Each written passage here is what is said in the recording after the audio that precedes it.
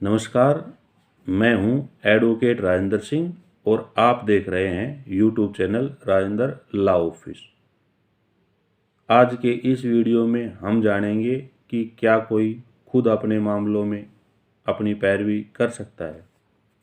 Video शुरू करें उससे पहले एक रिक्वेस्ट कि वीडियो को ज़्यादा से ज़्यादा लाइक व शेयर कर दें और चैनल को भी ज़रूर सब्सक्राइब कर लें और साथ ही नोटिफिकेशन वाली बेल को भी अवश्य प्रेस कर दें ताकि जब भी इस चैनल पर कोई नया वीडियो अपलोड हो तो उसकी जानकारी सबसे पहले आप तक पहुंच जाए।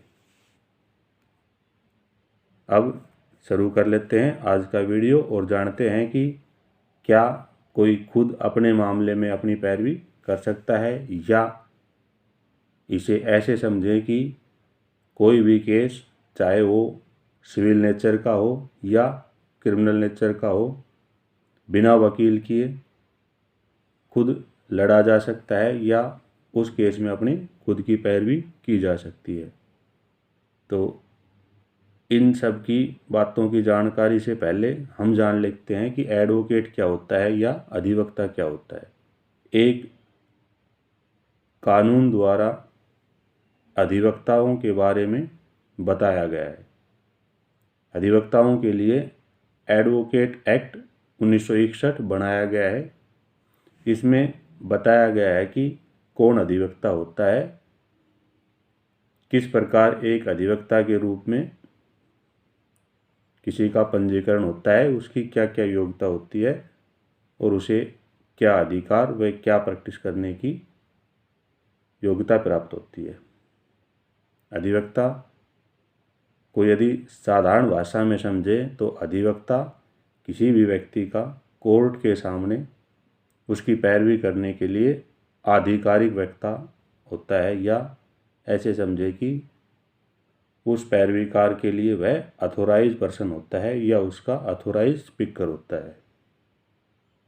और ज़्यादातर मामलों में ऐसा देखा जाता है कि कोई भी केस जो कोर्ट के सामने लड़े जाते हैं या पैरवी करी जाती है उनमें एडवोकेट या अधिवक्ता जरूर एंगेज किए जाते हैं।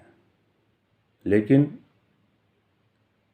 ऐसा कोई आधिकारिक कानून नहीं है कि बिना एडवोकेट के किसी भी केस में पैरवी नहीं करी जा सकती। हाँ, ऐसा ज़रूरी है कि किसी भी कोर्ट में अपनी स्वयं की पैरवी करने के लिए उस अदालत से अपने केस की पैरवी करने के लिए पहले परमिशन या यूँ कहे कि उस कोर्ट की मंजूरी लेना आवश्यक होता है। और इसके लिए, इस कार्य के लिए या अपनी पैरवी स्वयं करने के लिए कोर्ट को आवेदन देना पड़ता है और कोर्ट आवेदन को मंजूर करने के बाद ही कोई व्यक्ति अपने मामले में स्वयं की पैरवी कर सकता है।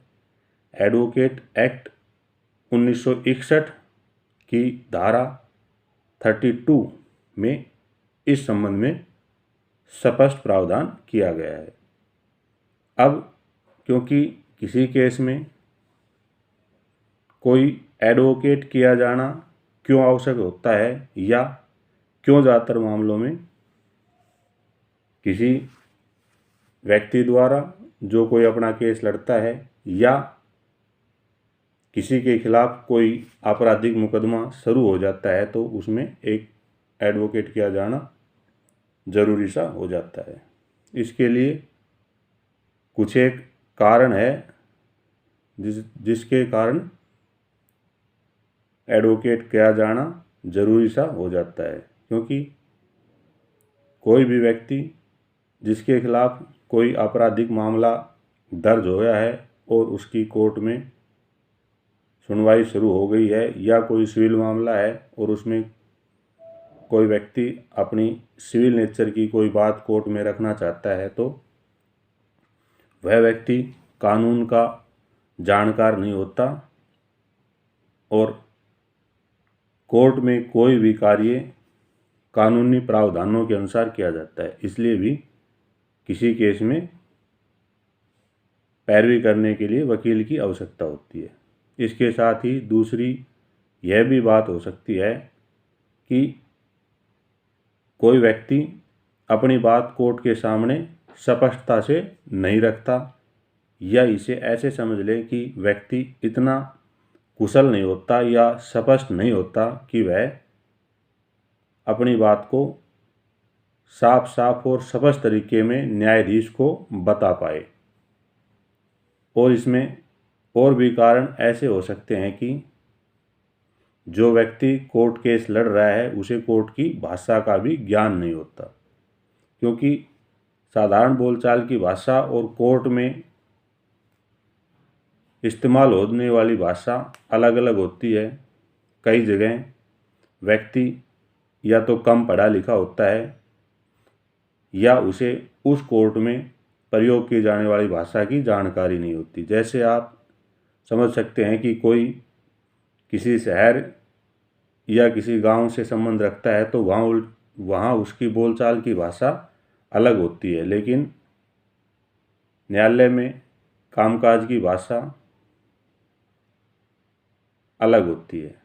जैसे कई स्टेट में जिला न्यायालयों में और लोअर कोर्ट में हिंदी भाषा प्रयोग की जाती है या अपने राज्य की लोकल भाषा भी इस्तेमाल की जाती है, और इसी प्रकार से हाई कोर्ट और सुप्रीम कोर्ट में इंग्लिश भाषा का प्रयोग किया जाता है। इसलिए भी एक एडवोकेट की ज़रूरत किसी केस की पैरवी के लिए आवश्यक ही हो जाती है।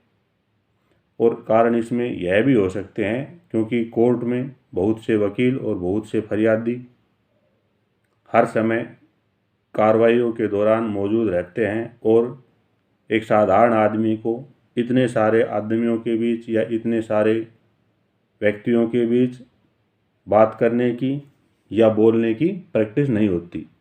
इसलिए भी एक एडवोकेट की आवश्यकता किसी मामले की पैरवी में महसूस की जाती है। लेकिन इन सब बातों के होते हुए भी कोई व्यक्ति एडवोकेट नहीं करना चाहता है, तो इसके लिए यदि कोई सिविल मामला है तो उसमें भारतीय संविधान के अनुच्छेद 39A के अंतर्गत मुफ्त कानूनी सहायता दिए जाने का प्रावधान किया गया है।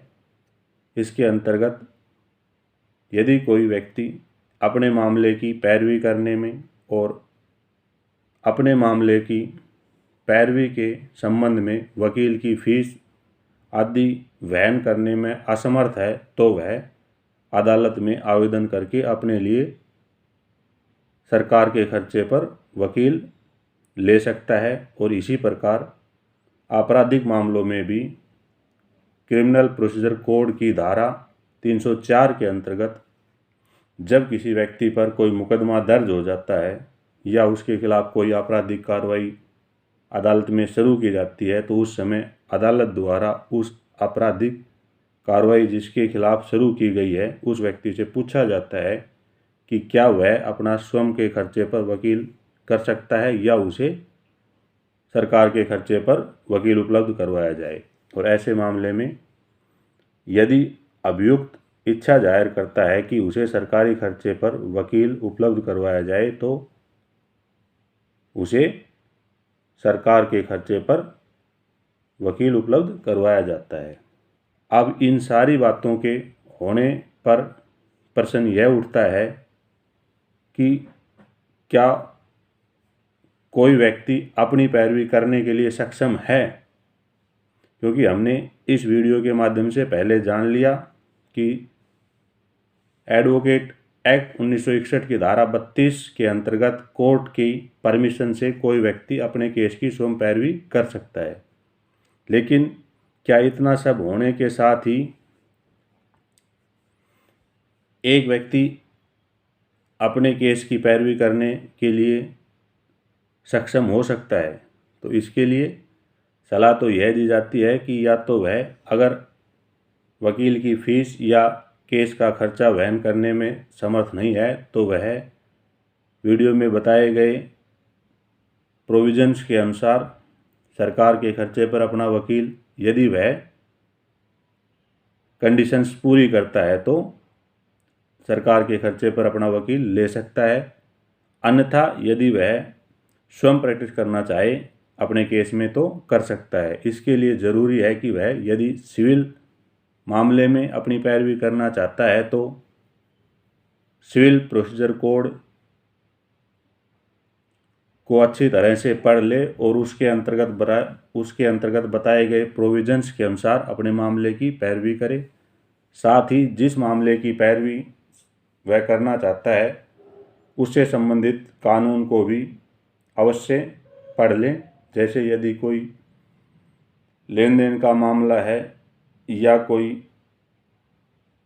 किसी कॉन्ट्रैक्ट का मामला है तो इससे संबंधित जो भी एक्ट है या बेयर एक्ट है उनकी जानकारी वह अवश्य पहले ले ले और साथ ही एविडेंस एक्ट को भी पढ़ ले, क्योंकि कोर्ट के अंदर कोई भी कार्य नियमों के अनुसार वह विधिवत किया जाता है। इसलिए ज़रूरी है कि आप जब भी अपने मामले की पैरवी करने के लिए अदालत में पेश हो तो आप अपनी तैयारी पहले से ही अच्छी तरह से करके न्यायाधीश के सामने उपस्थित हों। और इसके साथ ही यदि कोई आपराधिक मामले में कोई पैरवी की जा रही है तो जो भी केस या जिस भी अनुच्छेद के अंतर्गत मामला दर्ज किया गया है उसे भी अच्छी तरह से पढ़ लें, उससे संबंधित प्रावधान को अच्छी तरह से जान लें। साथ ही जब पुलिस द्वारा आपराधिक मामले में चार्जशीट कोर्ट में फाइल की जाती है तो उस चार्जशीट को अच्छी तरह से समझकर पढ़ लें। वे उसके अंतर्गत बताए गए जो भी एक्ट या जो भी अपराध व्यक्ति के खिलाफ लगाए गए हैं उनसे संबंधित कानूनों को अच्छी तरह पढ़कर अपनी प्रैक्टिस स्वयं भी कर सकते हैं। तो आज के इस वीडियो में बस इतना ही। उम्मीद है वीडियो में बताई गई जानकारी से ज़रूर आप लाभान्वित हुए होंगे और वीडियो आपके लिए काम का भी सिद्ध होगा। वीडियो को ज़्यादा से ज़्यादा लाइक व शेयर कर दें। चैनल पर नए आए हैं तो चैनल को सब्सक्राइब ज़रूर कर लें और यदि पहले ही सब्सक्राइब कर लिया है तो आप सबका बहुत बहुत धन्यवाद। हम फिर मिलेंगे इसी चैनल पर ऐसे ही और कानूनी जानकारी के वीडियो के साथ। जुड़े रहिए इस चैनल के साथ। धन्यवाद।